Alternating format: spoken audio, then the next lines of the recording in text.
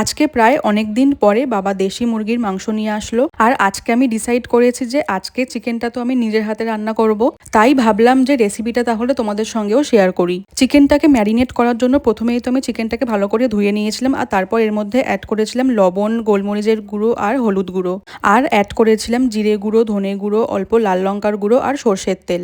আর আগে থেকেই আমি কিছুটা পরিমাণ টক দই ফেটিয়ে রেখেছিলাম, এখন এটাই অ্যাড করে দিলাম চিকেনের মধ্যে। সব মশলা দিয়ে চিকেনটাকে ভালো করে ম্যারিনেট করার পরে ওই 1 ঘন্টা মতো ফ্রিজে রেখেছিলাম।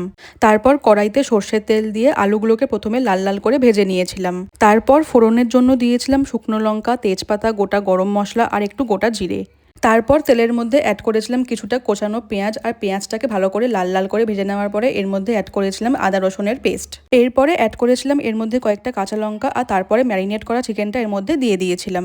তারপরে চিকেনটাকে মিডিয়াম ফ্লেমে ভালো করে কষে নিয়েছিলাম। চিকেনটাকে কিছুক্ষণ কষানোর পরে এর মধ্যে অ্যাড করেছিলাম রঙের জন্য কাশ্মীরি লাল লঙ্কার গুঁড়ো। তারপরে চিকেনটাকে আবার কিছুক্ষণ কষিয়ে নিয়েছিলাম, আর তারপরে এর মধ্যে অ্যাড করেছিলাম ভাজা আলুগুলো আর একটু সামান্য পরিমাণে জল।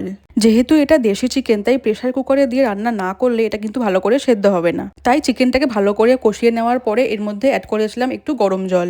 আর যাতে চিকেনটা খুব তাড়াতাড়ি ভালোভাবে সেদ্ধ হয়ে যায়, তাই চিকেনটাকে প্রেসার কুকারের মধ্যে দিয়ে দিয়েছিলাম। তারপরে এর মধ্যে দিয়েছিলাম একটু গুঁড়ো গরম মশলা। তারপরে প্রেসার কুকারে ওই 5-6টা সিটি দেওয়ার পরে নামিয়ে নিয়েছিলাম। ব্যাস, আমার চিকেন রান্না পুরোপুরি কমপ্লিট। তোমাদের রেসিপিটা কেমন লাগলো জানিও। চলো বাই।